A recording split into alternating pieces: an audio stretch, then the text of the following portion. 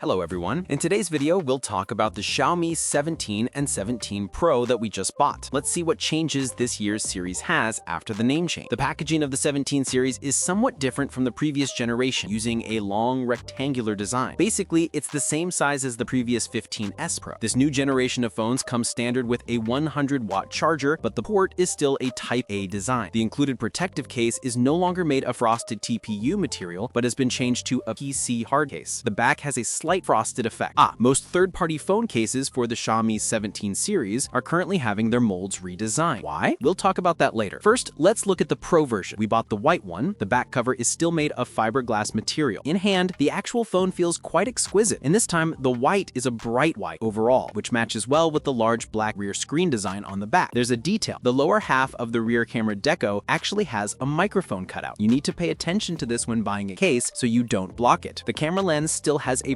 protruding design, so perhaps to protect the lens from being scratched, the official case has an extra raised layer, but this makes it wobble easily like a seesaw when placed on a table. Inside this small capsule below are the ultra-wide-angle lens, infrared sensor, and TOF sensor. On the right is the flash. The ultra-wide-angle and the flash are placed in the same row. However, this also brings a problem. When holding the phone vertically to shoot, if you switch to the ultra-wide-angle, you can easily get your hand in the shot. It feels a bit like the ultra-wide-angle on the Xiaomi 10 series. Moreover, if the phone case has a raised circle all around the deco, it will actually block the field of view of the ultra-wide-angle lens. This is why many third-party phone cases are redesigning their molds now. The official case has this part shaved down. If we're talking about the biggest design highlight of the Pro series this time, it's definitely this rear screen. Back then, the 11 Ultra essentially moved the 1.1-inch small screen from the Mi Band 5 onto it. It could basically only display the time or a logo. For selfies, you couldn't really see the picture clearly, but the rear screen on the 17 Pro, its quality is very high, supporting 1 to 120 Hz LTPO and an always-on display. Currently, it has three main functions: clock display, dynamic notifications, and photo and video recording. Some other functions require external accessories. When used as a preview for rear camera selfies, has greatly improved usability. For interaction, it's currently set to double tap to wake the screen, and swiping right brings up the camera. A long press switches the rear screen's wallpaper, and the system also has a gesture shooting feature. Compared to the 11 Ultra, the default theme effects for the rear screen this time are clearly richer and better looking. Of course, many of the animation effects have been seen before on the external screen of the Mix Flip 2. They all animate after a double tap, and when idle, they automatically switch to a static display similar to an always-on display. At the same time, the theme store has also opened a dedicated section for the back screen. It's expected that more high-quality themes will be available later. However, I think the design of the back of the standard version this time is a step back compared to the previous generation's 15. It's not about the texture or details. The in-hand feel of the 17 is actually quite good. The back cover has an AG glass design, but this kind of deco with 4 black lens rings has been seen too many times on mid-range and entry-level phones. If you bring in last year's 15, you even get the illusion that the 15 looks more like the standard version of the 17 series. Another detailed change is that last year's 15 had a design I really liked, which was that the aluminum alloy middle frame extended quite far inward with a perfect R-angle transition, which made a very noticeable improvement to the actual hand feel. This year, the 17 and 17 Pro basically didn't continue this design. They don't feel as smooth to the touch as the 15. Of course, this might also have something to do with making way for a larger battery in the structure. On the two phones I bought, the power and volume buttons on the middle frame are quite firm, and the entire button is wider, with basically no wobble. Previously, the volume buttons on the 14 and 15 were a bit loose, so this solves a long-standing issue. Additionally, Xiaomi has released a rather interesting phone case. This one, a retro handheld gaming case. After pairing with the phone, the rear screen turns into a handheld gaming device. It's driven by an app called Entertainment Box, which contains 4 classic games. I don't know if you played them in your childhood. The fronts of the two phones are almost identical. Compared to the previous generation, they're more decisive, both with large R angles and 4 equally narrow bezels. The ultrasonic in-display fingerprint sensor has also been upgraded. The front is a flat screen, with its size increased to 6.9 inches, covered by the new generation Dragon Crystal Glass 3.0, which increases drop resistance by 30%. The body also supports IP68 and IP69 waterproof, so no worries about durability. The screen material this generation has been upgraded to CSOT's M10. Comparing the bezels with the previous generation's Xiaomi 15, which had the narrowest bezels, you can see with the naked eye that they have become slightly narrower. The resolution is 1.5K, but the overall clarity of this screen is actually quite good. The Pro Max's screen is different from the standard and Pro versions. It exclusively features super pixel technology, known in the industry as Real RGB, which which has much less pixel loss than typical diamond-like arrangements. This screen has seen an epic improvement in its other parameters. The most obvious is the color temperature. It finally doesn't have a reddish tint. The peak brightness of this screen over a 25% area has been increased to 3500 nits. Its performance in HDR video scenarios is also excellent. It doesn't just blindly brighten the entire screen, but uses reasonable control. The dimming is still global DC-like dimming, but after enabling Adaptive Refresh Rate Pro in the screen settings, it will switch to 2160 Hz high-frequency PWM dimming. If you don't select it, it uses DC dimming. In terms of the camera, the main difference between the 17 standard version and the Pro version is still on the specs of the main camera. One has the Lighthunter 950L, and the other has the Lighthunter 950. The former sensor supports LOFIC technology, which provides better single-frame dynamic range. We also took some simple shots with the camera. In typical urban night scenes or backlit daytime scenes that use multi-frame synthesis, there's not much difference at the moment. The more direct difference is in the dynamic range of the video. When shooting a nighttime light box, the Pro can restore highlight details better, but the downside is that this advantage currently seems to be effective only in 30 FPS videos. If you switch to 4K 60 FPS, it's basically the same as the standard version. As far as the telephoto, I don't think you can say one is stronger than the other between this generation's Pro and standard versions. It's more about the difference in the default focal length selection. Although the 17 Pro has a periscope lens, the sensor is still the JN5. It's just that the default focal length is longer, at 120mm. This means that from 5x to 10x, the 17 Pro is clearer, but between 2.6x and 5x, the standard version is clearer. In addition, the standard version's 10cm minimum focusing distance is more convenient for shooting some macro images. Compared to the previous generation, the ultra-wide angle, besides having a smaller field of view, and perhaps due to the smaller sensor size, has slightly regressed in terms of noise and detail at night compared to the 15. So what's the performance level of the Snapdragon 8 Elite Gen 5, which Xiaomi is debuting? This generation's CPU architecture still uses a design of 6 large cores plus 2 super large cores. The large core frequency has increased from 3.53 GHz to 3.63 GHz, and the super large core main frequency has increased from 4.32 GHz to 4.61 GHz. The Antutu score is 3.63 million. The score increase looks significant, but in reality, under the latest version of Antutu, older models have also seen varying score increases. In Genshin Impact, with graphics maxed out, running for 30 minutes, the average frame rate with performance dog mode is 60.1 FPS. 1% low is 55.2 FPS. Power consumption is controlled at 3.6 watts, and the body temperature is 38.5 degrees. Running Honkai Star Rail for 30 minutes, the average frame rate can still reach 58.7 FPS, and the body temperature is 40.9 degrees. As for Xiaomi HyperOS 3, if I say its overall stability and smoothness is better than MIUI, I guess no one will object now. And moreover, I'm using the Xiaomi 15S Pro. On the 15S Pro, the overall performance has already seen a significant improvement. And on the Xiaomi 17 Pro Max, besides the well-known bold font in the status bar, larger rounded corners for drop-down menu icons, all new system-level animations, Xiaomi Super Island, one-stop personalized editing, one-step access and circle to search for Xiaomi, and how calling Super Xiaomi in corresponding scenarios will provide possible operational suggestions for that scenario, etc. You've seen these. Default ad placements and these things have long been gone on Xiaomi flagships, so you don't need to worry about that. The battery capacity has increased from the previous generation's 6100 mAh to 7500 mAh,